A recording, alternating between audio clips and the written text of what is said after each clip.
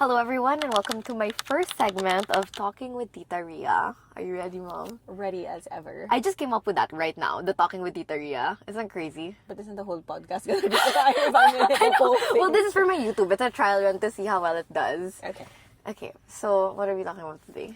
WAG Life, since we're WAG killing Life. time here. In Naris Gym on this fine Saturday. Okay, so how long have you been a WAG mom? I have been a WAG since 1995. So like when George started, the magazine of JFK Jr., like that. Okay, if you would of course I wouldn't- connect it with that. Well, I Because- still exist and George doesn't. That's bad! You can't say that here! The magazine doesn't exist. Oh, I thought you meant like No. referencing JFK Jr. I was like, you I can't said say George, that. the Well, magazine. yeah. Oh my god. But no, because I haven't even watched the newest love story episode. It's kind of bigat, huh? No, and everyone's saying, Sarah Pigeon is like totally gonna get the Emmy because of how she acted in that. She acted very well, but it's very bigat. not very bigat, but it's like the fairy tale is over. Oh Like, my god. That's no, where because it I is. got spoiled. Spoilers. I saw a clip where it was like JFK and he was like, I have to leave.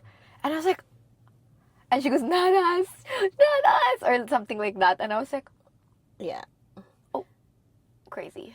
but I'm also like, man, if he wants to leave and go to a hotel for a few days, girl, you got some peace and quiet. Take Yeah, it. but she stranded nga in her apartment.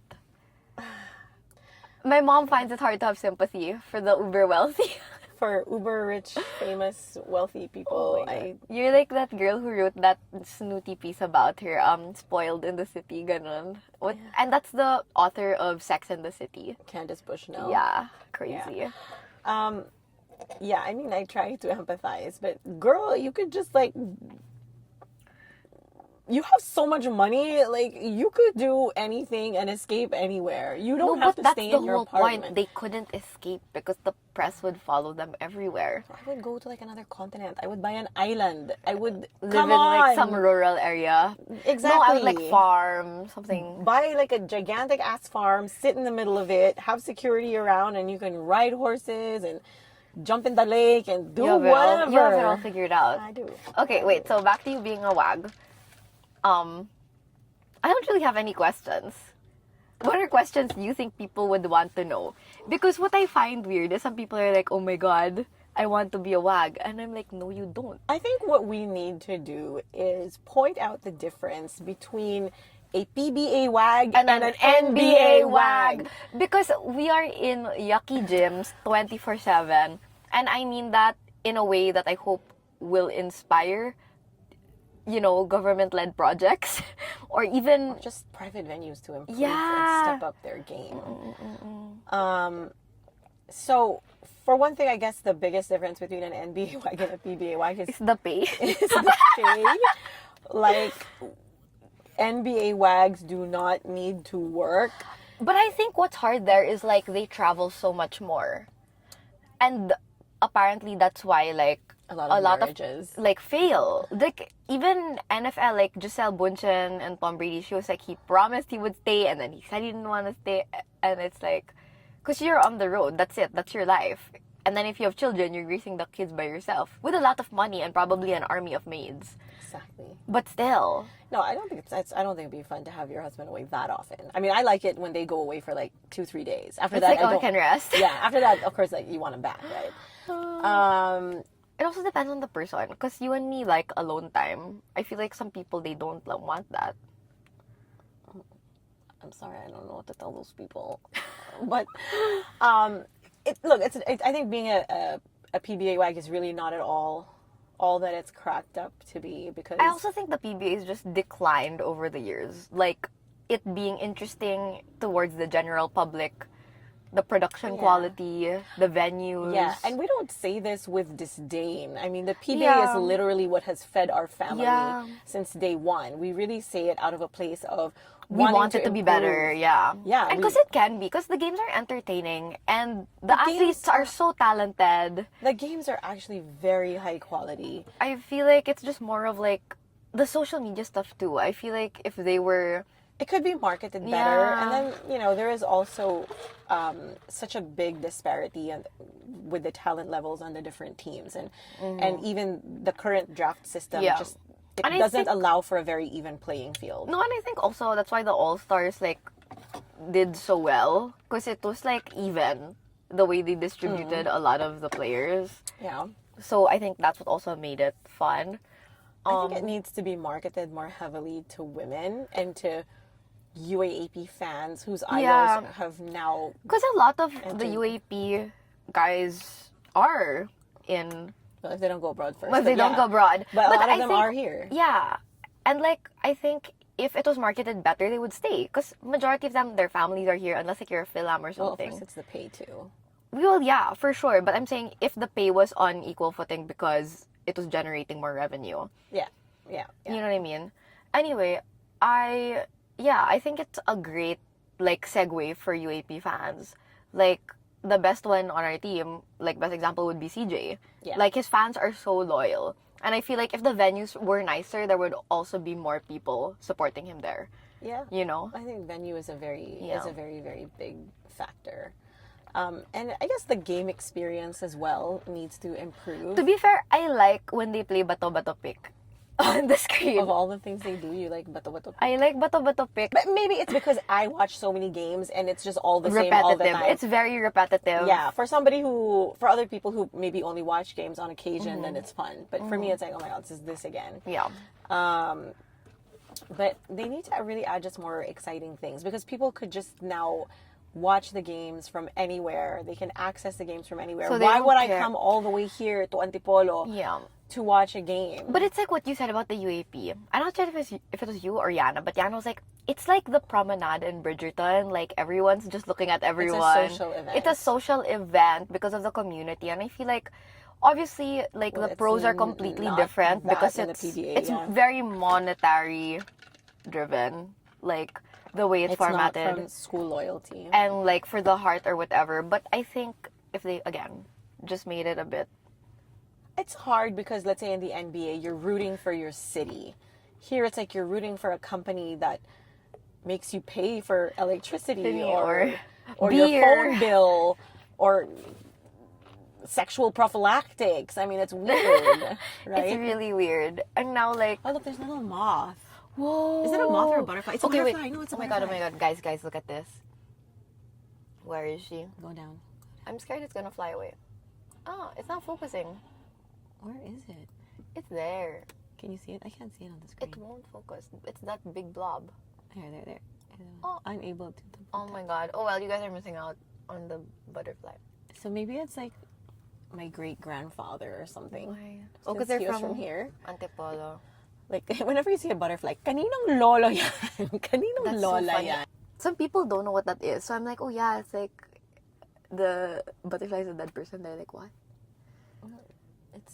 But that's how, like, okay, this is like going off topic, but I was listening to this podcast about how people who have crossed over to the other side make their presence felt through things like butterflies or feathers or coincidences or like, you know. And in the Philippines, we like to say a lot that it's the butterflies. Yeah, but some people are like, I didn't know that was a thing. I'm like, oh no, it's totally a thing. It's totally a thing. Yeah. And I guess also because butterflies symbolize rebirth Oh. from, you know, being changing from one form to To another. Okay, wait. So you're talking about regions and how like in the NBA that's what kind of fosters this sense of like, you know, team spirit. Yes. You were in the MBA. Yes. Not NBA, MBA. What was that experience like? That was a lot of fun. And most cities, not all, really had a big following. And if you went to places like Cebu, Bacolod, Davao, Pampanga, those venues were almost always full.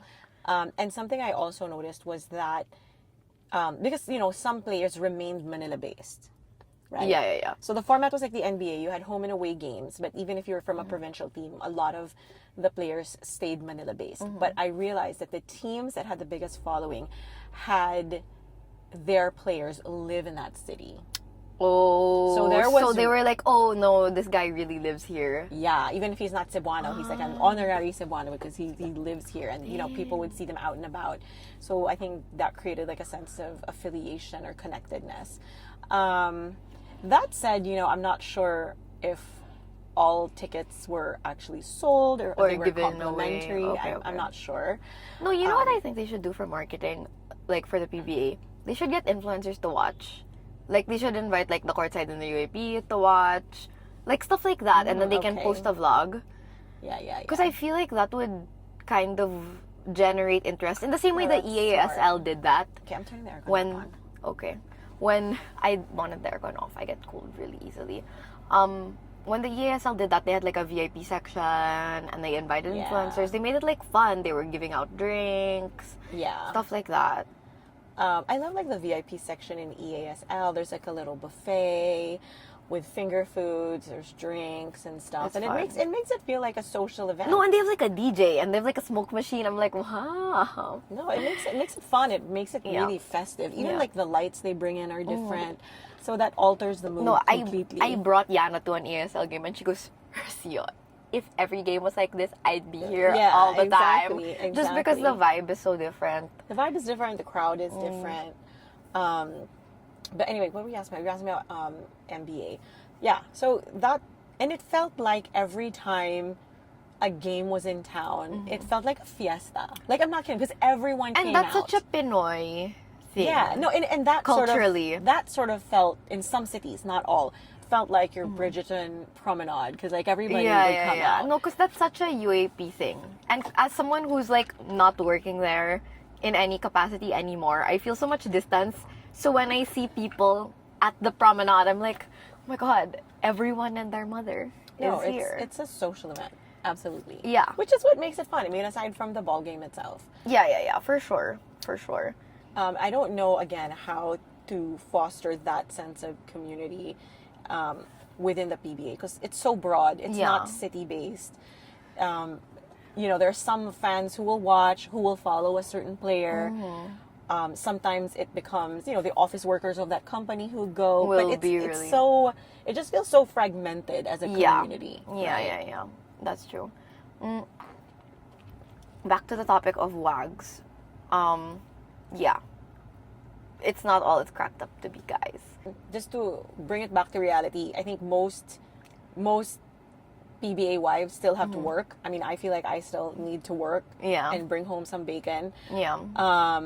And it's not like NBA or NFL wives. Like the team, I heard some teams literally have a budget for a makeup artist, so the wags, the wags. so they can get made up before a game. I like that. To be fair, I That's don't know if crazy. it's a budget of the team or they just chip in for a makeup artist, but they're all getting done in like a room safe. together. To be fair, it's just more people are watching too. I think Yeah. that's another. There's just like so much more freaking money there, but Oh my god. it's not like, oh, I'm just gonna sit here and be pretty in the game. No, and go like shopping everyone- during the week. And, Everyone kind of works. What's your favorite venue? I like, even though it's so far from the house, I like Araneta. Same. Because, like, I was talking to my younger sister, Rocky, about this. She was like, Mo is the best one. I'm like, what are you gonna eat in Moa? Yeah, I don't like the food options there. No, and I love Shake Shack in Araneta specifically. Like that, the service, atrocious. There's like three or four cashiers, and there's always one person, and most of the time it's unmanned. And you have to like shout, "Tao po!" Yeah, because they're in Meats! the other side near like Yeah. what's it, Gateway Mall. Yeah, but that's also what I like about Araneta, because even if you don't like the ones in the actual arena, You can go walk outside. around. Yeah. Like, and it just feels grand.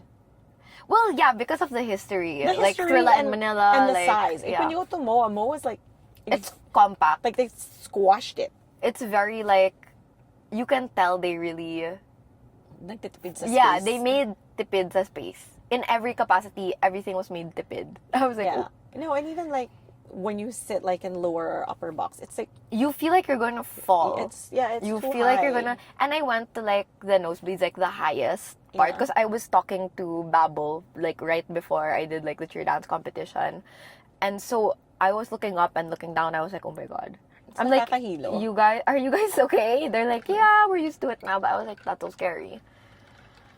Yeah. I mean, I do not complain if we're in Moa. Like, it's near the house. And it's, you know, it's still a Decent nice food venue. around too. It's still a nice Yeah. venue. But I like Araneta. Araneta. There's a certain. I feel like I'm going out when I go to The Araneta. Araneta, same. Right? Like, I'll dress up for Araneta. I'm not gonna really dress up for. No, you look dressed Inaris. up. I think yeah. That's pretty. For Inaris Antipolo. Right? I'm gonna What dress a up. way to spend my Saturday in Inaris. Yeah. Oh my god. But you know, I guess another part of being a WAG is really like the psycho-emotional support that you need to give your guy. I think it depends. Because there's like, not that there isn't as much pressure on Brandon as there is on Dad, because Brandon has to perform. But I feel like because Dad's the coach, he's like thinking about everything he's gonna say. Yeah.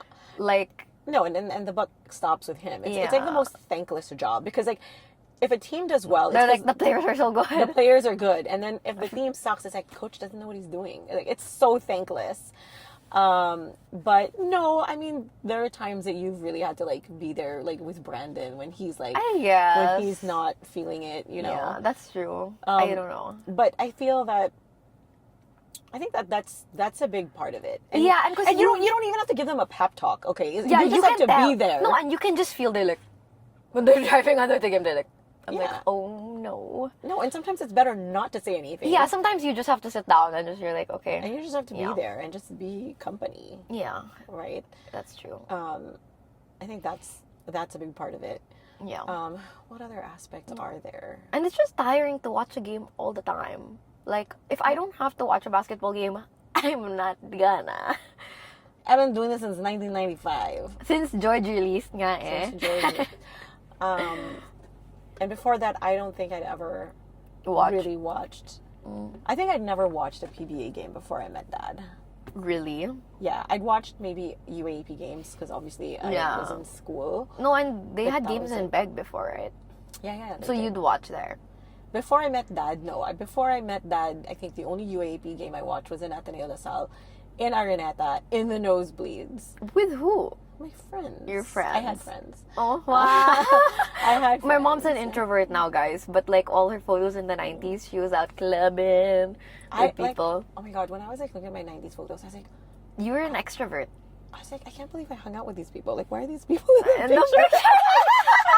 picture? we hung out? Like, it's so No, when you weird. sent me some of these photos, I was like, who is that? And you're like, whoa. Yeah. These people, I was like, oh, I'm like, interesting. I didn't know they were at my party. I didn't know that we were at the same table in the club. But anyway, what were we talking about before that? Menopause brain. Menopause brain. No, I'm talking about the 90s. No, 90s and you watching UAP UAP. games before Dad. So what was it like watching Dad play? Because that's something I've never When seen. I didn't know him? When you didn't know him, when you knew him, Oh. what was that like? He, like, gave me this whole briefing. What? Before, like, the first UAP game. Ew. Really? He was like, I can't remember what he said, but he like sat me down and he's like, you have to be friends with the other girlfriends. Oh my And God. you have to socialize with them. No, but that's just Dad. Like, by principle, like, he's like, you have to be friends with everyone, you have to be nice to everyone. But, like, why would I not be nice? And I well, no, I'm some saying, people beg to differ. I'm saying back in the 90s, when you had a lot of friends. I was much more extroverted. Yeah. And, you know, willing to, like, make, like, just as young people are, you're willing Yeah, to go out yeah, there yeah. and make connections and stuff. I don't know, I'm young, I'm not like that. I don't know with you. But I'm like, okay, like, why would that be a problem? And he's like, you know, we're going to go to dinner with the team because there was Yeah. a team dinner after every game. And so it was like all the wags there also. Like, Yeah. But so UAP is obviously different from PBI. I feel like UAP, there's just so much more attention. I don't know if it was like that during Dad's time. Did you feel that? UAP has more retention. Yeah, attention, not retention. Attention. Attention. No, of course it did. I think it's even more now because when ABS-CBN took over the coverage, you know, ABS-CBN back then was just a marketing machine. That's when it was like It was like, wow. crazy. Yeah. So It is, and you will always have a fan base because you will always have the students. Yeah. I mean, yeah. as long as your team is doing reasonably well. Yeah. Right? That's true, because when you're not, trust me. When I was in college, Ateneo Yeah. sucked. We were like... Same. Well, Well, not so exactly. bad. When you were a freshman, you guys won a championship. Yeah. Right? But my point is, yeah, Ateneo was not that popular as a team. We were sort of like at the bottom when I was in college. The Yeah. one that was doing well when I was in college Was LaSalle. Or no? was the Ateneo football team. Oh, So no. they won a championship. But in UAP, who was doing well? LaSalle and... It was a LaSalle UST thing. Okay, so again, because of that, so much attention. We can cut this out if you want, but you told me that girls would put their numbers on sticky notes on dad's car. Yes, they would. And so, how did you deal with that? Like, are you... I'm not me asking, are you celosa? Like, or like, how... What was the dynamic there? So, I knew that, oh, Luigi Trillia, this basketball player from the South. Oh my God, Yeah. he's cute. Of course, I knew there was like a lot of interest. I'm like, okay, whatever. Yeah. He didn't pick you, huh? He didn't pick me? No, not you! The girls who put the sticky notes in the car! The girls who had a lot of interest. Yeah, so I just... Also, this is like so gross. I'm like, ew, it's dad. You're so mean. What? You're so cute. Okay. It's good to know. You see like his photos. No, tell me. I'm gagged. Tell me. Anyway. I thought it was like massively disrespectful. I really didn't like it. It's like, that the guy is seeing someone. Like, why would you do that? I also think it's just it's just not good. What's it? It's just a good way to show how much they don't respect themselves. That's a good point. If what you're after is that, Yeah. like, what are your principles? What are your values? Yeah, because it's one thing to say, oh, can I have my picture taken with you and say thank you and leave? Yeah. Versus, here's my number, I want you to call me. And they it wasn't just that, like, they would call his house. What? I don't even know, like, how they get his number. Who are you? And why did you like my dad? So, it was stuff like that. And Okay. then, what else? Yeah, or, like, how you're, like, in the tunnel in Araneta, like, Yeah. you're waiting for the guys to come out and stuff like I that. hate the long wag wait. The Yeah, but long wag wait, I'm like, oh. No, it's not the wait. It's like they would come out and there would be these girls there and yeah, whatever. And it was harmless, but it's like, oh my God, Yeah.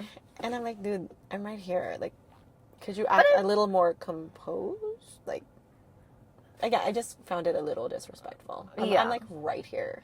Yeah, but, it's better when people do and act how they are to your face than behind your back, in my opinion. Well, yeah, but still annoying.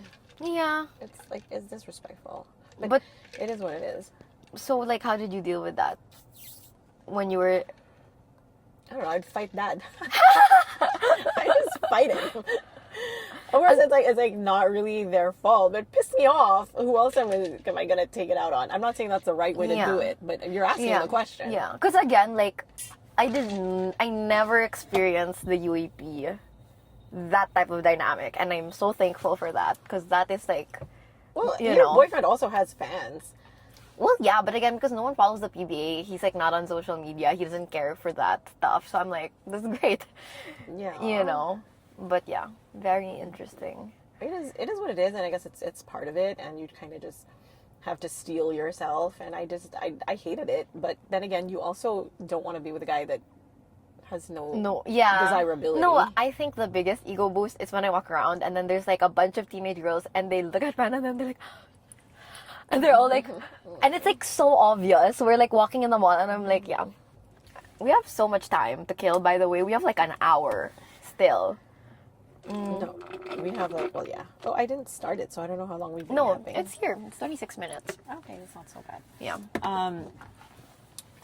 So, what else? I think the fun part, as with any situation in life, is like when you're winning. Yeah. So then everybody kind of loves each other when we're winning, and when we're not, it's a different. When we won a championship, that was really fun, and we took a trip with the team, and and that was really sense nice. of camaraderie also. Yeah, it's like a sense of like, it's so cheesy to say because whatever, but you do feel sort of like a family when you're winning. When you're winning. When you're losing, It's like a different scenario. I mean, you should. Yeah. The theme. It's really not on us. It's It's on on them. the- yeah. But they really like need to stick together. Yeah. But then again, as with any organization that isn't doing well, you tend to, there's a bit of blame that goes around and stuff Yeah, like yeah, that. yeah. And but however, that is exactly when a team needs to To come come together Um, and set aside their differences for stuff. Yeah, but like I said, when you're winning, it's really nice. Yeah. But again, and it's everybody just- loves each other. Everybody loves each other. But again, it's like you said, it's like all on them. But it's like we kind of absorb the 100%. emotional toll. It's different from, let's say, supporting your man if he works in corporate, because you don't get to actually see with your own eyes What's going on. Yeah. But in the game, you see everything. Yeah, you don't just Yeah. see the game, you see the interactions on the bench, you see everybody's You see expressions, them at work. you see basically. body language. Yeah. So you have a lot more insight into What's going on. Yeah, what's going on. And because, at least from my perspective, because Brandon is a player, it's like you see the physical toll. Like, he gets tired, he gets sick, It's scratched. he gets scratched a lot. His arms look like a cat attacked him. And it's literally just the other big from the other team. Yeah. Not gonna name names, but I know who you are. You scratch. I'm like, what are you? And I like, honestly, like, I never see that in the game. Like, No, like, but- they're so sneaky. No. The other thing also is that if something happens regarding their work, it'll be in the papers the next day. For, an ordinary corporate person, That's you're not- not going to read about it. Yeah. Well, it's a good thing now no one reads the newspaper. That's all I've Whatever, but they're all online. It's even worse. They don't have to Yeah. wait the next day. No, you just wait a and couple Facebook of hours. and Reddit and all it's of that. It's all there. It's like, Yeah. like when Dad was let go from his former team, it was like No, it was everywhere. And I remember I had a classmate come up to me about it in school. No, I remember this so vividly. But it was 3rd grade? Or no, 4th grade. 4th grade for me, I think. Maybe. Anyway, we had to go and stand up and like talk about like our summer. And that was the summer Dad got laid off. And so one of my classmates raised their hands like when I'm like in the middle of talking, and so the teacher's like, yes, what did you have to say? Or like, why are you raising your hand? And the kid was like, didn't your dad get fired? I don't know if I told you that. You never told me that. To be fair, it didn't affect me. I'm like, yeah. And how do you even know that? They're like, we saw it in the news. And I Yeah. was like, Exactly. and it's like weird as a 9-10-year-old. And it's like not a good feeling. But also, like, I think some people would be like, oh, it would be nice if I just dealt with this on my own without, like, nobody knows about it except, let's say, the people in the company. But now, like, everybody knows and all the sports fans know. And then they all have something to say about Yeah, it. exactly. Sometimes it would be kind of nice, like, oh, yeah, I got laid off, can just, like, nobody... It's my have to private thing. let me deal with it. So we went to Hong Kong because Dad didn't want to deal. Really? That's why? Dad was like, I just need to get out of here. So we were, like, in Hong Kong for a few days That's after. crazy. No, I remember, like, because when we found out, we were in the States for Ninang Pam's wedding. Yeah. And so, like, I remember his whole family was there on FaceTime crying. I was like, what is going on? I was like, I was pissed. I never cried about it. I was so pissed. I just said, I had such a level of certainty That everything would be work fine. out. Yeah, yeah, I yeah. really did. I think Yeah. everybody was freaking out because they didn't know what was gonna happen. But Yeah. And it was because Dad worked at that team for so long. Yeah. So there was this sense of, like, oh, we're family. But actually, you're which just an is employee. why I hesitate to use the word family in a team setting, because Yeah. you're not a family. Get over it. You're not. You guys I- are working together. Together. Yeah. You know. That's crazy. That is the reality. So we're like, oh, in my whatever family, I just kind of like roll my eyes. Dear Lord, you're not a You're family. so bad. I wasn't always this way, but life experience has taught me. Like, because I don't throw the word family around loosely. Well, yeah. In the same way, I'm not the type of person to just tell people, oh, I love you. I love you. Like, I hate that. I'm just like, I'm like, do you really? I don't love you. Exactly. Leave me alone. Exactly. So, I mean, those are like 2 words that I don't throw around lightly. So, Yeah. Okay. yeah. Wow. Well, speaking of the sports community in general, you were a courtside, I was a courtside. We could talk about that. What do you want to talk about? You can steer this conversation. It's I think, no, we probably talked about it on lives, but we haven't talked about it. about it, in a yeah. podcast. I think courtside reporting was was an excellent training ground for me for all the For things TV. that I ended up doing Yeah. doing later on, because it just made you forced you to think really fast on your feet.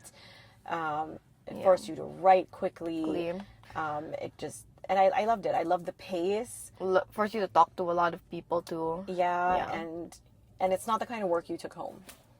Yeah, it's kind of like once you're all done, there. you're done. Yeah, once you're there, you got to focus. You got to be on it. You got to. And then be in after it. that, bye bye. And after that, you just go home and then you're chill. And as a young person, the pay was good at the time. And you know, I was earning like what my peers were earning, but they were like in the office 5 days a week from 8 to 6. I worked 2-3 times a week for a couple of hours, and I was earning the same amount of money. So You're like, this is great. I was like, I'm winning in life. You're winning in life. I love it. But but it was a really excellent training ground. I loved it. It was fun. And then I did MBA.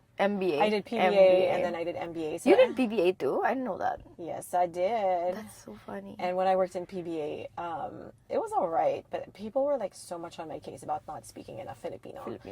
I get it, but I'm also like, you have like your talent needs to be comfortable in the medium, and at that time I was not so comfortable in Filipino, and I'm still not that comfortable in Filipino, but I'm like, dude, you're trying to squeeze blood from a rock. Like I don't have it right now. I can't develop it over time. Were you able to develop it a bit or no? Yeah, I think I was. Like once you were in ABS, like in the morning show, like that? I think just being around basketball in general. Yeah. No, because I started in UAAP. UAAP was all English. And then and then I go to PBA, and then it's like Taglish, and they want more Tagalog. More Tagalog, yeah. So that was really hard. So you're kind of just thrown into the deep end of the pool, and sink or swim, and everybody was like on my case about it. And then I moved to the MBA. MBA was more English. So it was easier for you in that capacity.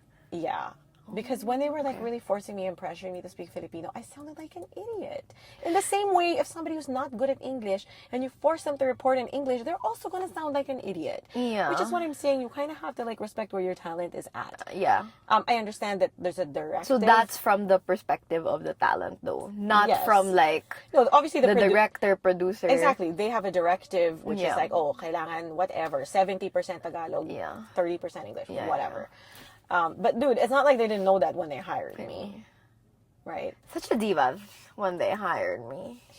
You knew what you were getting. Okay. I can talk this way because it was like years ago. Oh my god. And I'm not going back to that kind of job, so I can talk this way.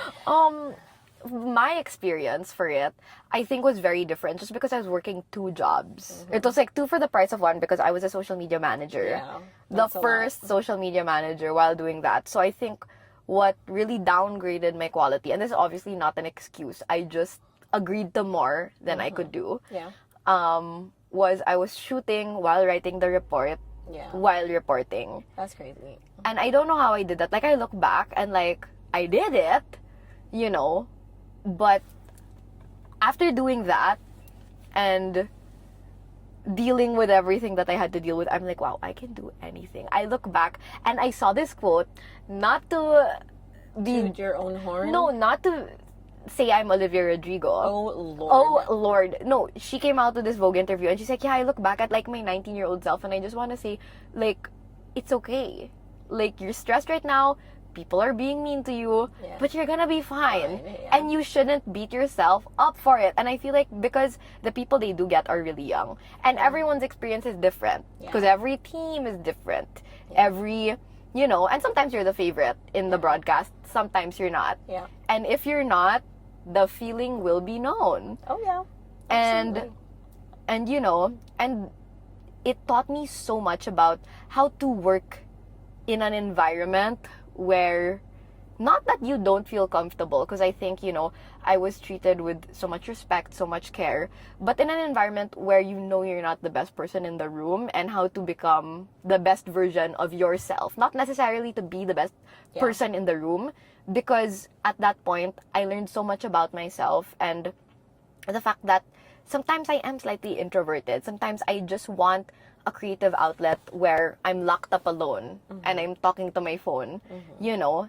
And some people can't do that. And some people are amazing with like, you know, 20,000 people behind them and a director going like that to you and going like, you know, and they can talk in that very like, and so because of this, they can talk like that and it's just so amazing for them. But for Rocio Trillo, she can only do it on her phone. Not that I can only do it on my phone, but the delivery and all these things, like it just wasn't, you know, no, it's also, for me, it also boils down to like experience. Like you need to put in whatever the quote unquote 10,000 hours, yeah, you know, yeah, to be able to do that. And some people, you know, it's easier for them or it's more instinctive for them. But again, it's a skill that can be learned. But I mean, it depends on like the expectations and you know, whatever. No, I remember media day. There was this random guy that went up to me. And he was like, oh, you're the daughter of Luigi Trillo and Ria Trillo, right? Must be a lot of expectation there. You better deliver. And I was... Somebody said that? Yeah. It was like, I don't know if he was a reporter. He was like taking photos on an iPhone. But I was like, oh. But it was just, again, like so... Give me a break. I was like, oh. And see, I look back on those things and I'm like, you are like a 30-year-old man talking to a 19-year-old girl. What's going on? Yeah. No, but I loved it. I mean, the fast-pacedness of it, just the narrative aspect of that, and being able to weave a narrative. During my time, at least, the camaraderie with all the other courtside reporters, like I'm still in touch with all of like the majority of them. Like we saw Jules and She Talks Asia, we saw Pat the Bao from LaSalle, and you know we were watching our cousin play.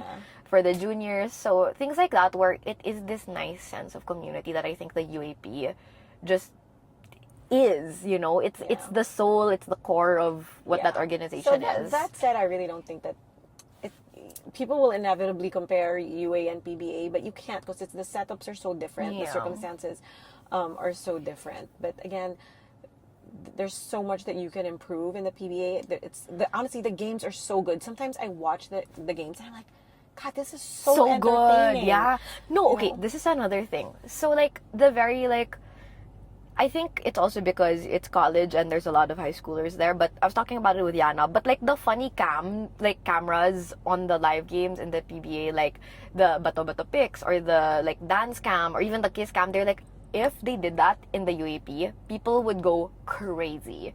Do they not do that? They don't do that. That's all sponsored segments. It's all like, it's like Dove, Cetaphil, and it's like just like it's shake your hair, and I'm like, someone so wants a kiss cam, and I feel like just can you not do a kiss cam in a college game? I think it's because some of them are minors, so they're like worried, like, oh my god. Yeah, but hello, there's adults there.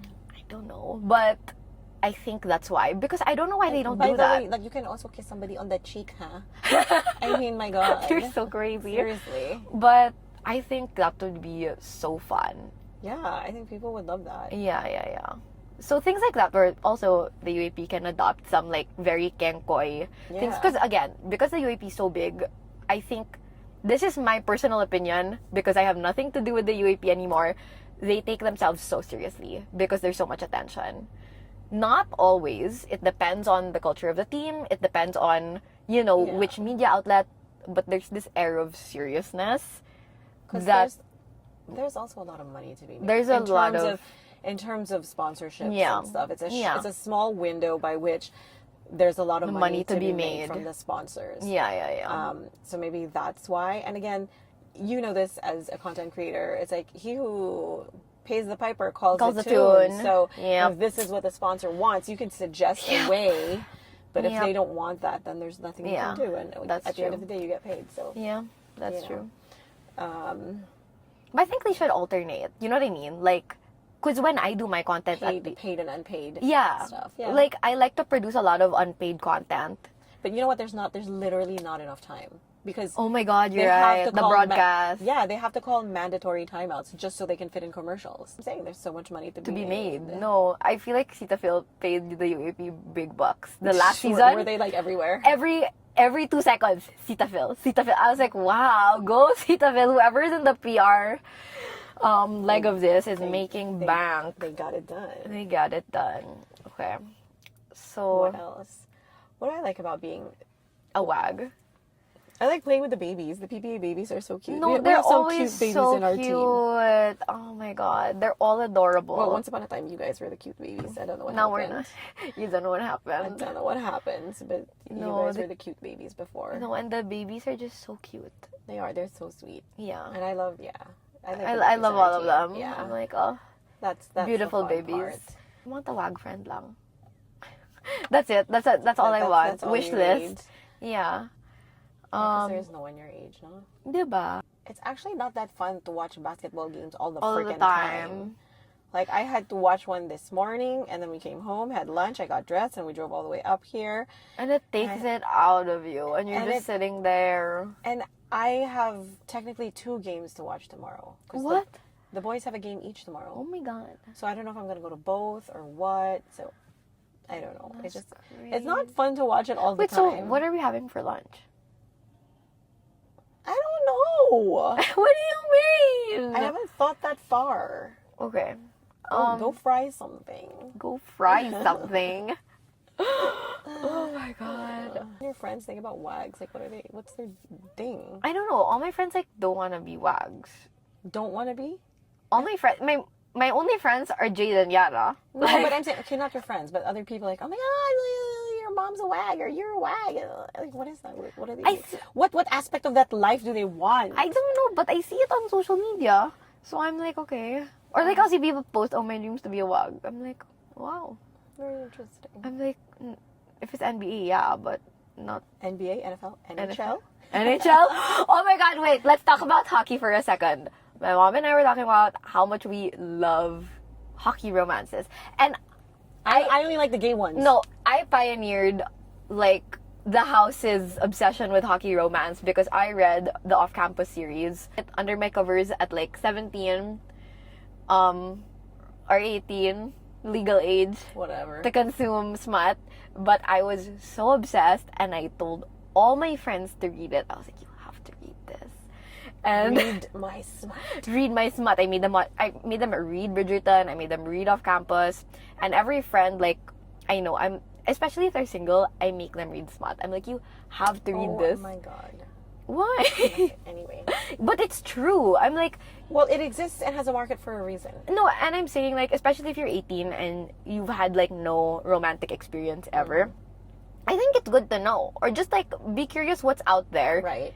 And I feel like reading's just a more palatable way to do that and to experience that world. And I feel like because Smut as a format, And when you get out there, you're not so stupid. yeah, because then you like see in the plot points, because obviously it's inspired by something that's real. Yeah. It's over exaggerated, it's very dramatized, everyone's so hot, and it's described as like Brad Pitt or Angelina Jolie or whatever. They're broken up, so maybe not that, but like everyone's just unrealistically attractive in all these books. But other than that, like, I think because it's in a narrative structure, good Smut has to still be a story.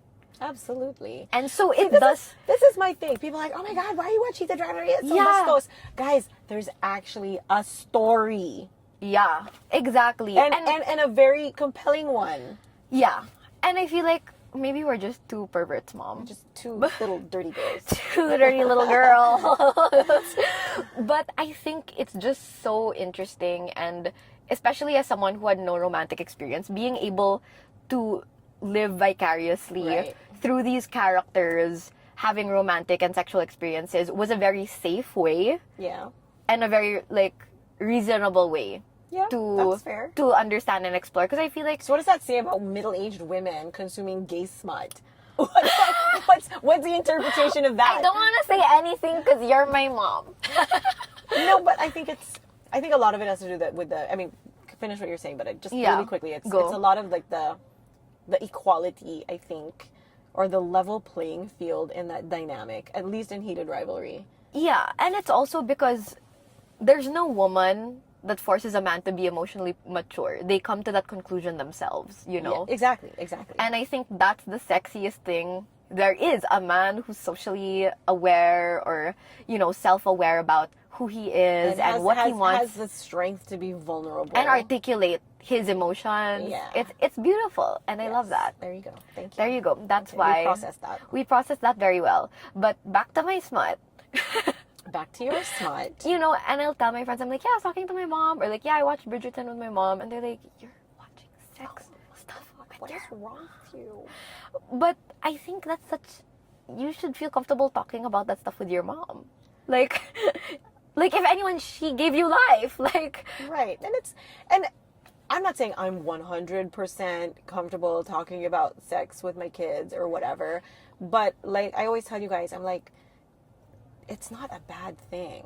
Like in a Catholic country, like, sex is bad. in Filipino like culture in general, and I think I wasn't as culture shocked as I was first in college with the shame surrounding people's sexuality, especially like people who came from Catholic schools that are either all boys or all Yeah. girls. Like I was shocked. I was like, you know, they'd be shaming this person and then they would feel sexually repressed and all these bad things that I think, you know, no person should want to feel that way or like, you know, judge someone that harshly Yeah. because of an innate human desire. Yeah. And I think what you did very well, that you drilled into me and to, you know, my siblings as well, is disease. Like, when I was not very young, but like when I was a teenager, you Googled herpes on your phone and you showed it to me. You're like, You want that? you want that? I remember this. We were in your banyo and you were like, yeah, so be careful. Okay, enjoy your party. I was like, okay. Yeah. And I think that's something, again, sex ed is just not talked about here. And it's crazy. I was in this class recently. It was for a marketing class, and this girl was like, because we were talking about taboo products, right? So maybe like, I don't know, buying Tesla because it highlights your political stance with Elon Musk and Trump and like all these other negative impacts. And so one girl raises her hand and is like, maybe tampons would have a negative social implication because it means like you lost your virginity. No, I had somebody when I was in Ateneo, right? And we were talking about periods and stuff, and then I was like, yeah, I prefer to use tampons. And she's like, you use tampons? All girls Catholic school. Oh my god. You use tampons? And I'm like, well, yeah, I feel like it's neater. And she's like, God, isn't that like playing with yourself? And I'm like, girl, have you ever tried inserting a tampon for the first few times? It's not fun. It's, oh my god, the first time I tried to put a tampon in, and I don't use tampons because just psychologically, the amount of like propaganda I guess there is about like how you can get an infection or how you can lose a string, like I'm just too scared to use a tampon. But it was in one of my childhood friends' birthday parties, and their mom was there, and I had just gotten my period, and we were in this like wakeboarding like place.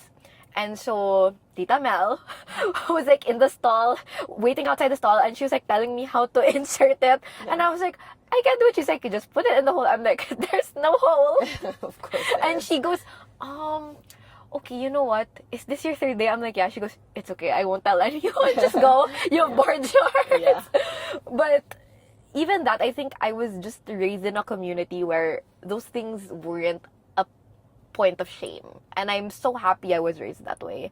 And Why it should be. It's like Yeah. it's such a natural thing. And like what I told you guys, I don't know if I told you, I think I told all of you. It's like, yeah.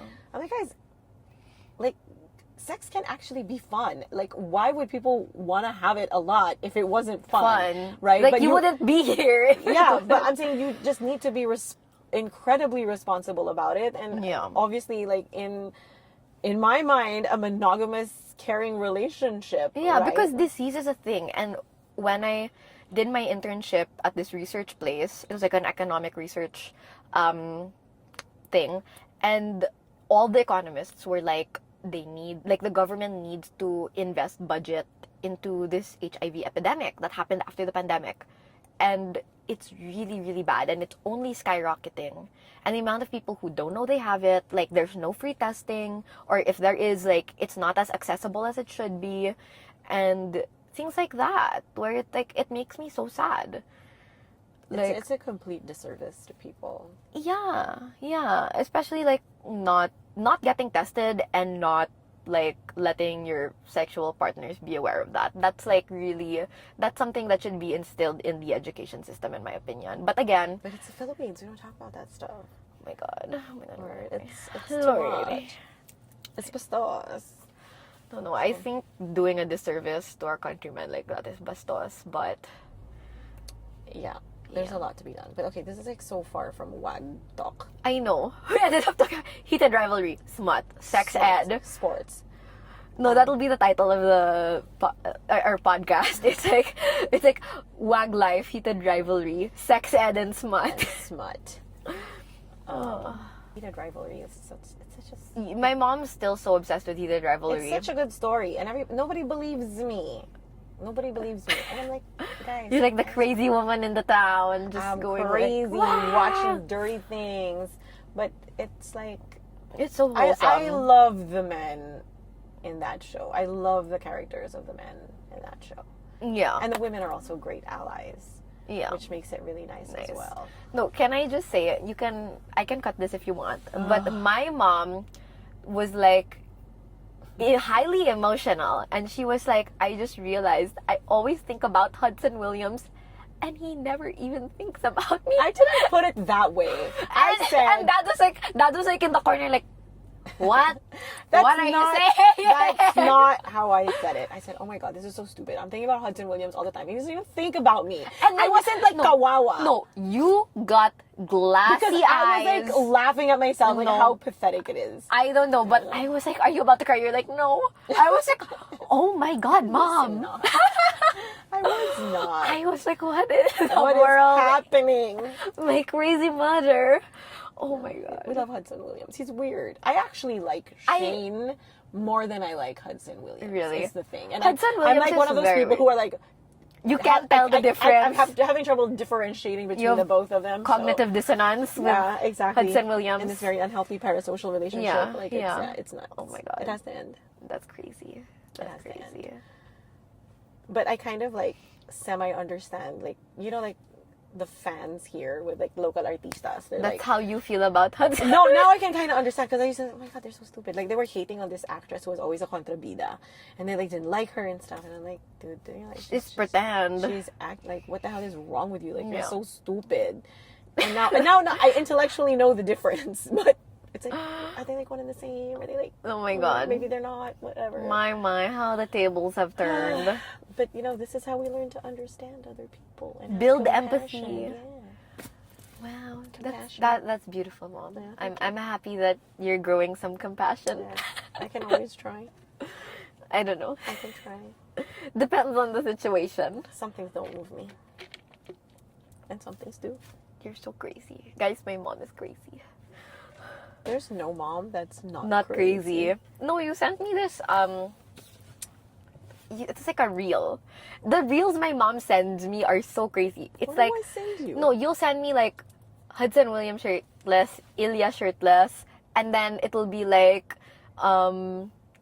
something, it's like a monologue in a movie, and it's like, yeah, your mom's crazy because she had you, and then you started crying and she couldn't sleep, and then all of a sudden you true. started dating assholes, and then she got even more stressed, and then you married one of them, and then you had children, and now she has to take care of your children, and now she's still mad at you. And I was like, huh? There's no mom that's not crazy. And then there was another one, and it was like Diane Keaton. I forgot the movie, and she was like, I can't not care. And then I think Rachel McAdams is in a wedding dress.